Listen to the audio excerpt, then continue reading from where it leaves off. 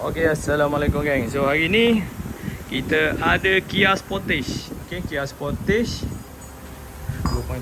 Kita buat ada V-clamp tebur semua. Sebelum ni dia pakai apa tau? Dia pakai tebur TD05. Tebur kit ni dia buat dekat orang lain. Not bad lah, okay. Intercooler kecil kat sini. Okay lah dia kena lalu bawah ni. Intercooler kecil sini.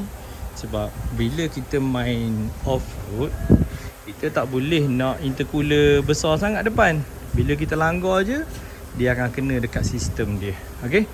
So memang kita perlu, kalau boleh, sedalam bumper yang boleh.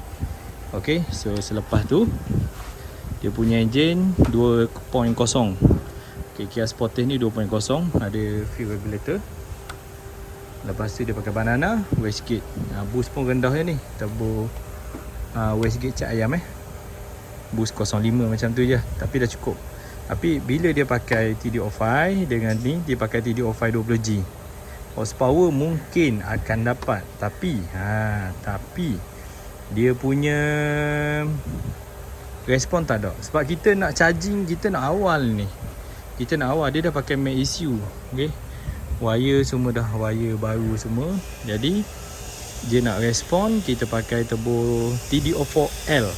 TD04L, bila pakai TD04L, dia lebih respon lah untuk kita nak charge awal tu. Maksudnya kalau kata kita lekat, kita nak charge, kalau lag, kita main clutch pun boleh terbakar. Jadi untuk geng-geng off-road, dia akan, kita nak power tu datang awal. Power nak datang, mesti nak datang awal. Dia blow off banana.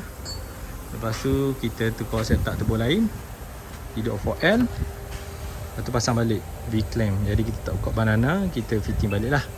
Okay. Lepas tu kita akan dyno. Okay. Mantap.